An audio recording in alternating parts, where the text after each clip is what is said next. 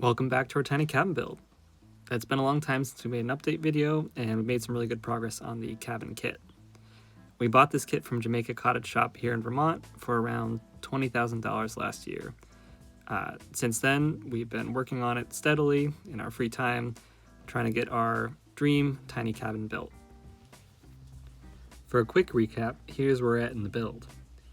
We had to first level and create the base for the cabin to sit on, and in our case we used crushed gravel that we then tamped down with this roller.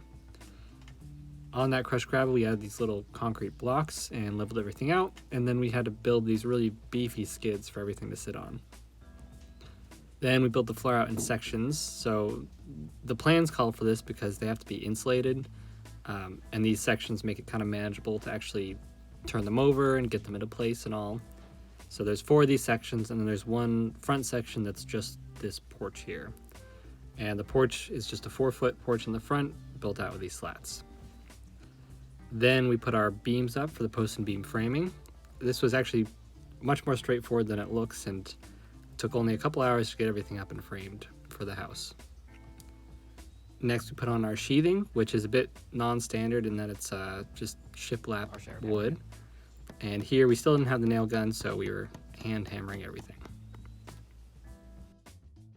And that's us basically caught up. So where we left it last time was that the issue with our floor being insulated is that we really can't let it get wet. Basically every time it rains, we have to put this tarp up and then come down every hour or two to try to get the water off. What you're seeing here is a time where it was raining really hard and we've been gone maybe an hour. The water had pooled so much that we just couldn't push it off, so we had to push it towards the front and the porch and then cut a hole in the tarp.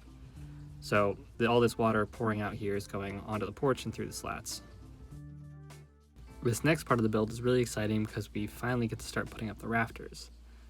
Please ignore the fact that even though this video is being released in July, there are fall leaves in the background of these clips. For the rafters, the plans have some information on how to put these up and lay them out, and the rafters are pre-cut, but they leave you a bit on your own in terms of the logistics of actually getting that ridge board and the rafters up and connected. We watched a lot of videos online and settled on the method that seemed the most straightforward. From what I was reading, it seems like it's common in barn builds, which is kind of close to what we're doing here, so it fit it well.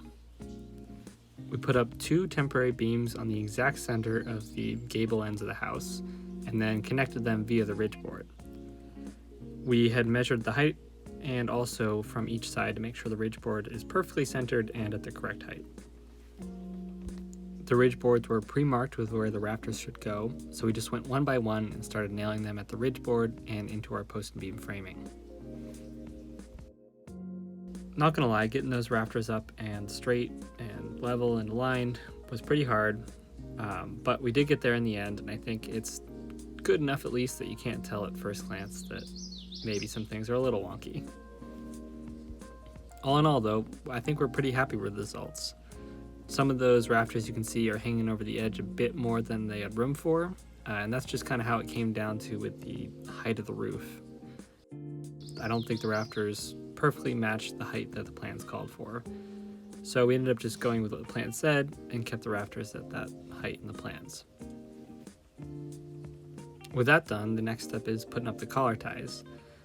We had a couple issues here too because the plans call for a certain distance from the top of the ridge to the bottom of the collar tie, but when we actually were putting up the collar ties that are pre-cut, we found that we had some extra room that, potentially we can move them up an inch or 2. In the end, we decided to just go with what the plan said in case it caused any problems in the future. We wanted to stick with what the instructions had said. Getting these collar ties to be the exact same distance down from the ridge is important because otherwise our roof in the end will look a bit wavy. So we made up a little jig to hang them down to make sure we had the same distance every time. Then we just nail gunned them in with 3 big nails on each side, and we're good to go. Getting to this stage is really exciting because it's finally starting to look like a cabin. With that roof on, we get an idea of what the overall look and size will be. Our next step was to get the roof decking on. So we borrowed these ladder jacks from my neighbor and put up these boards so we can get up on the roof and start hammering in these roof decking pieces.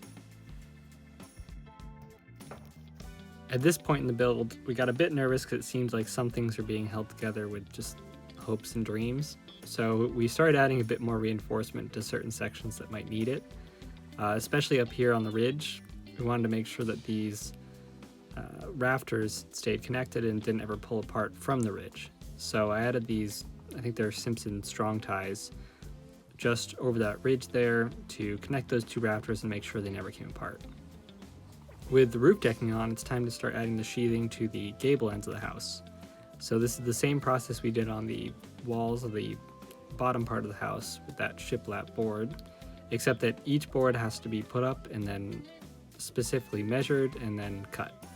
And we had a chop saw borrowed from my dad to cut these boards. Then for each board, we just checked that they were plumb and we'll put them in as we went.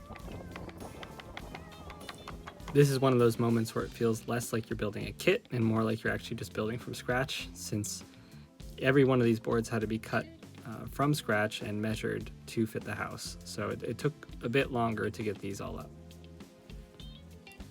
While we were finishing up sheathing on the gable ends, we decided to start adding the roof underlayment on top of the decking. So I think there's a couple options you can do here. Some people do more of just kind of a plastic barrier. In our case, since our roof is so small, we figured we'd just go all in and get a roof and water shield type product. This one was one that was available close by and at a decent price, and it seems to be, kind of the premium option a lot of people use. And one of our ongoing things with the build is we want to try to use the highest quality materials we can, since it's such a small space and the difference in price really isn't much when you're just doing a smaller area. So this is Cobalt Ultra. Can't speak to how it is compared to other ones, but just from looking online, it looked like it was a quality choice. And we started putting it on in different smaller sections, since once the adhesive backing gets taken off, it's quite sticky and tends to stick to itself. This is one of those moments where you're really DIYing, since we had no roller. This is what we found in the house, and it mostly worked, I think. It probably would have been better to have a roller though.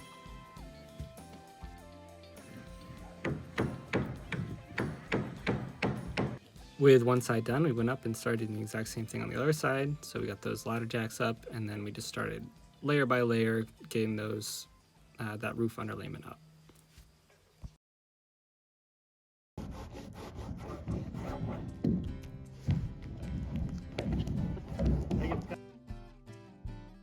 You can see we're getting into late November here, so it's getting pretty cold and dark pretty quickly. So we have a lot less light to work with.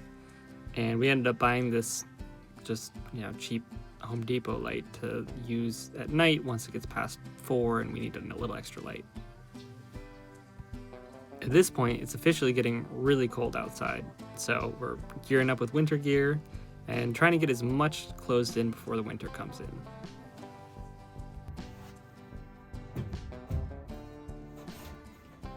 Right now, the biggest hole in the house is this loft area. So above the porch here is where part of the loft comes out over the porch.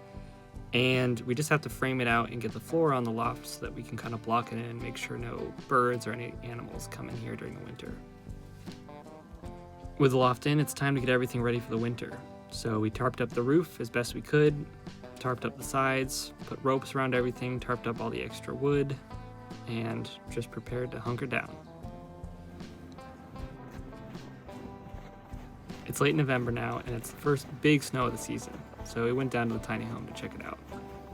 And everything was looking good. But it was at this point that we realized it might not really be feasible to work on the house much during winter. Everything was covered in a lot of snow, and it'd just be a lot of work to get it all situated. So instead, we decided to take the winter off and start planning our interior and designing what we could. But now we're all caught up. This is us unbuttoning the house for the very first time after 4-5 months of it being under the tarps. Everything looked good, we didn't have any mold, didn't have any leaks, and we're excited to keep going. We'll see you in the next one.